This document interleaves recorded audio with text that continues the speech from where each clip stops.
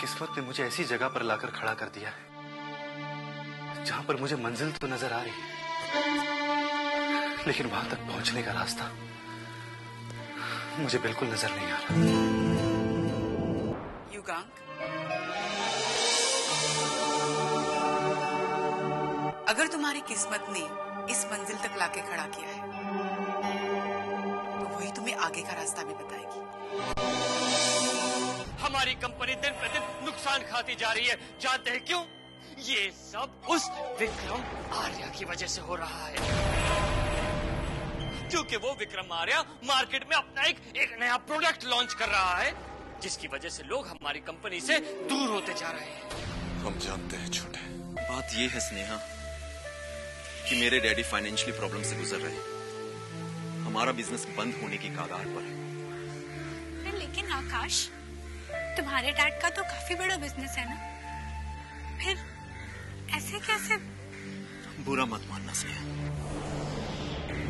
ये सब कुछ तुम्हारे डैडी ने जो नया प्रोडक्ट लॉन्च किया उसकी वजह से हुआ। क्या बात है विश, जो तुम इतने उदास बैठे हो? मैं ये सोचकर परेशान हो रहा हूँ कि कल जब स्नेहा शादी करके अपने ससुराल चली जाएगी तो मेरा इस घर में दिल कैसे लगेगा।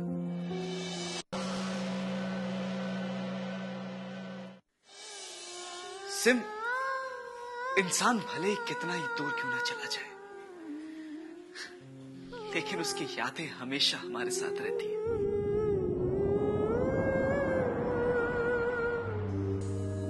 जो भी हो विश, बट मैं इतना जरूर जानती हूँ कि जो चला गया हो या जाने वाला हो, उसे याद करके कोई फायदा नहीं, उसे तो भूल ही जाना चाहिए। नहीं सिमर जी, इंसान की जिंदगी में यादों को भुलाना इतना आसान नहीं होता, क्योंकि ये तो हमेशा हमारे साथ रहती है, कभी खुशी बनकर, कभी दुख बनकर, तो कभी आंसू बनकर।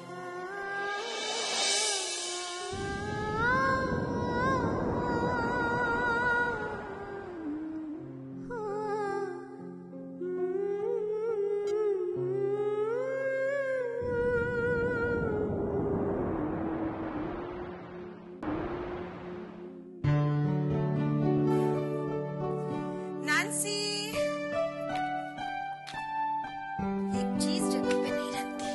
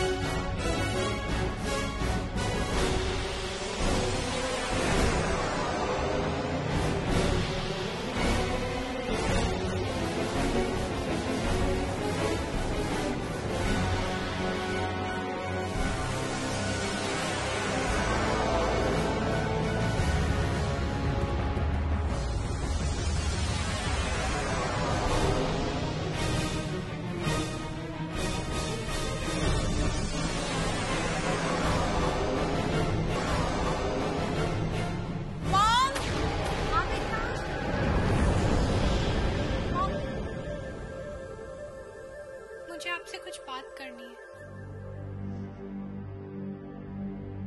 क्या बात है? मॉम, डैड जो युगांग भैया के साथ डील कर रहे हैं वो क्या बहुत जरूरी है? हाँ, उससे हमारा बिजनेस इंटरनेशनल मार्केट में फैल जाएगा और तुम्हारे डैड को बहुत मुनाफा होगा।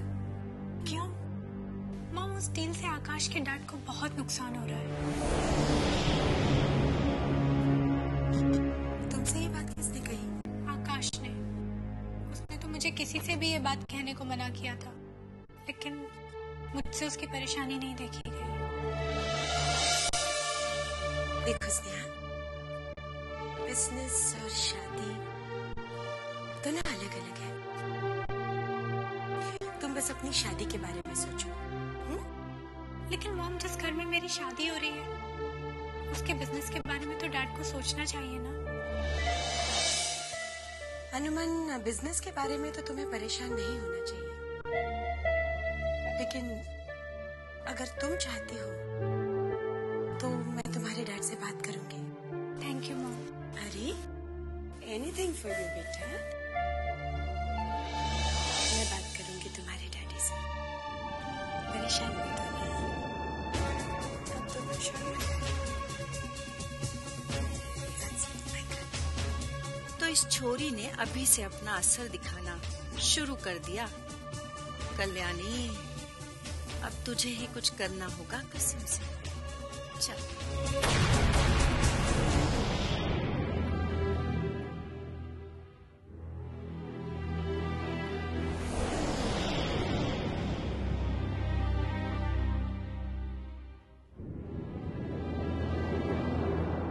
आओ राणा, आओ। वेलकम। बैठो। अब टू यू सर। राणा, उस नंबर के बारे में कुछ पता चला? हाँ युवांग साहब, वो नंबर दुबई का है। Very good. वो नंबर है किसका? युवांग साहब, वो नंबर जिस आदमी के नाम पर था उसके एड्रेस पर पता करने पर मालूम हुआ कि उस नाम का कोई शख्स वहां रहता ही नहीं है। है ही नहीं। मतलब ये युवांग साहब कि जिस आदमी ने वो नंबर लिया था उसने अपना नाम और एड्रेस गलत लिखवाया था और फिलहाल उसने वो अपना नंबर बंद कर रखा है। इसका मतलब हम जिस सिरे को पकड़कर उसकी दुश्मनी की गुत्थी को सुलझाना चाह रहे थे वो सिरा ही उलझा हुआ है। जी हाँ युवांग साहब। लेकिन युगांक, हमें ये तो पता चल गया है कि वो शख्स दुबई से है। नहीं अवंतिका, इससे हमें यह पता चला है कि वो शख्स हमारी सोच से भी ज्यादा समझदार है। जी हाँ युवांक साहब, भले ही वो नंबर उस आदमी ने दुबई से लिया हो, पर हो सकता है कि वो दुबई का ना हो, किसी दूसरे देश का। हाँ राणा, हो सकता है, लेकिन राणा ये भी हो सकता है कि वो फोन करने वाला शख्स और विक्रम साहब की सुपारी देने वाला शख्स दोनों एक ही हों।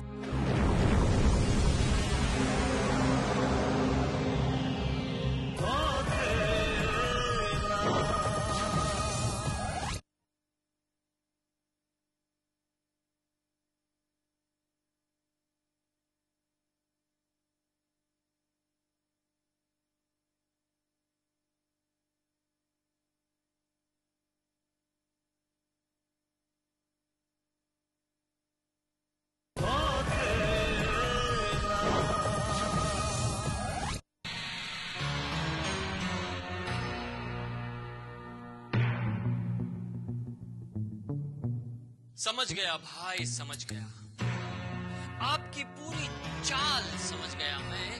लेकिन क्या आपको ऐसा लगता है कि इतनी सी बात से हमारा काम हो जाएगा?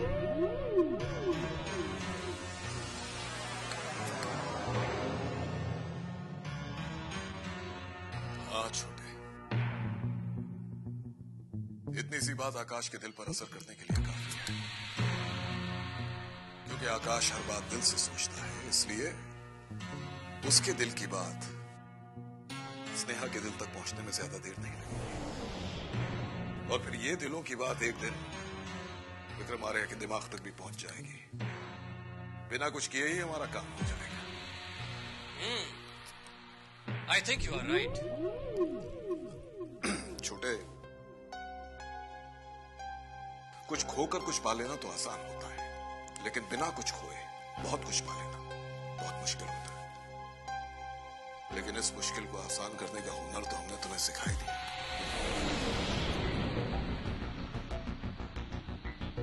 हमारी ये चाल आकाश तो क्या विक्रम आर्या भी तब तक नहीं समझ पाएगा जब तक वो पूरी तरह बर्बाद नहीं हो जाएगा। मुझे तो लगता है कि विक्रम आर्या के घर में अब तक उसकी बर्बादी की तैयारियां भी शुरू हो गई।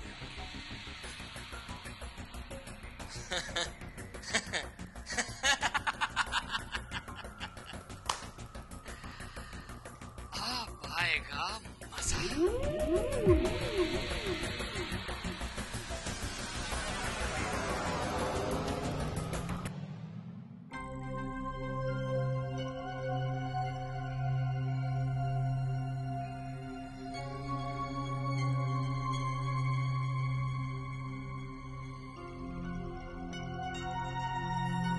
जीजी,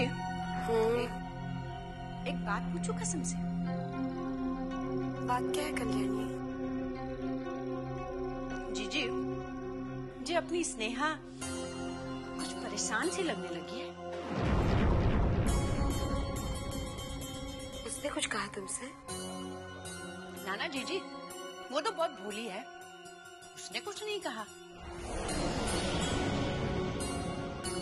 पर उसके चेहरे से दिखाई दे रहा है।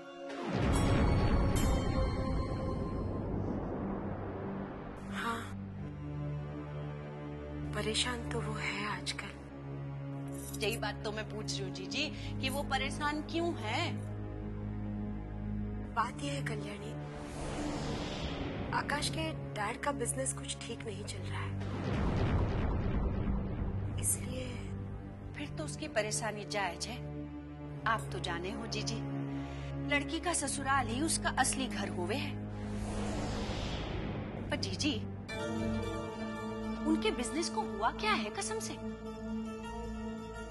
हमारा बिजनेस इंटरनेशनल मार्केट में फैल रहा है, इसका असर उनके बिजनेस पर तो पड़ेगा ना। फिर तो आप ही को कुछ सोचना होगा जीजी। लड़की का मामला है कसम से। समझती हूँ, इसीलिए तो आज मैं तुम्हारे जीजा जी से बात करने वाली हूँ।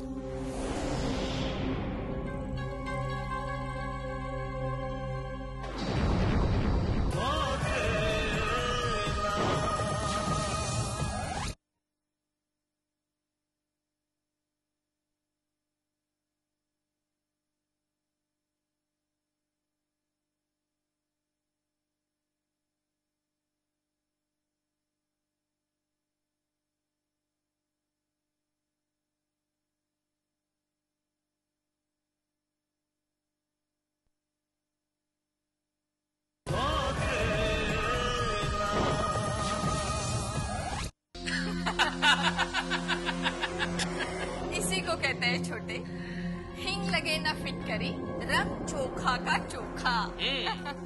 और सबसे बड़ी बात तो यह है दीदी कि किसी को इस बात का पता भी नहीं चलेगा कि ये सारा खेल भाई ने खेला है।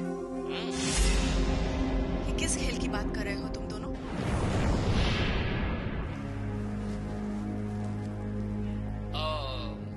वो कुछ नहीं, हम लोग तो बस ऐसे ही। लेकिन अभी अभी तो तुम दोनों कह रहे थे कि भाई कोई खेल खेल रहा है। आप भी ना। देखो केतकी, मुझसे कुछ मत छुपाना, सच सच बताओ बात क्या है। अच्छा भाभी, आप सच्चाई तो पहले से ही खुद जानती हैं,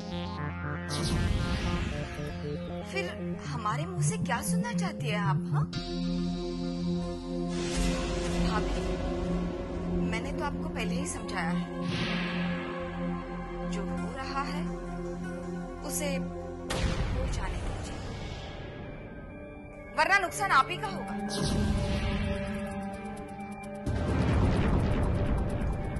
आज अगर भैया खामोश है तो सिर्फ इसलिए कि आप खामोश हो।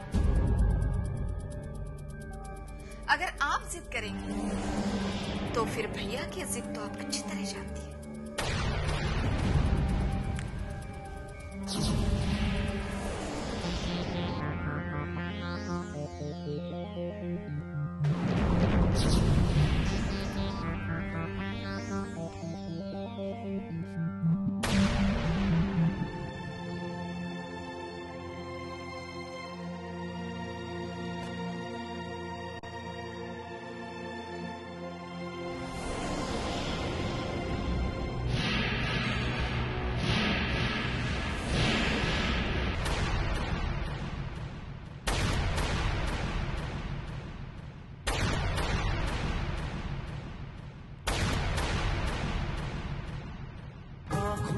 ख्वाबों की बारात लेके,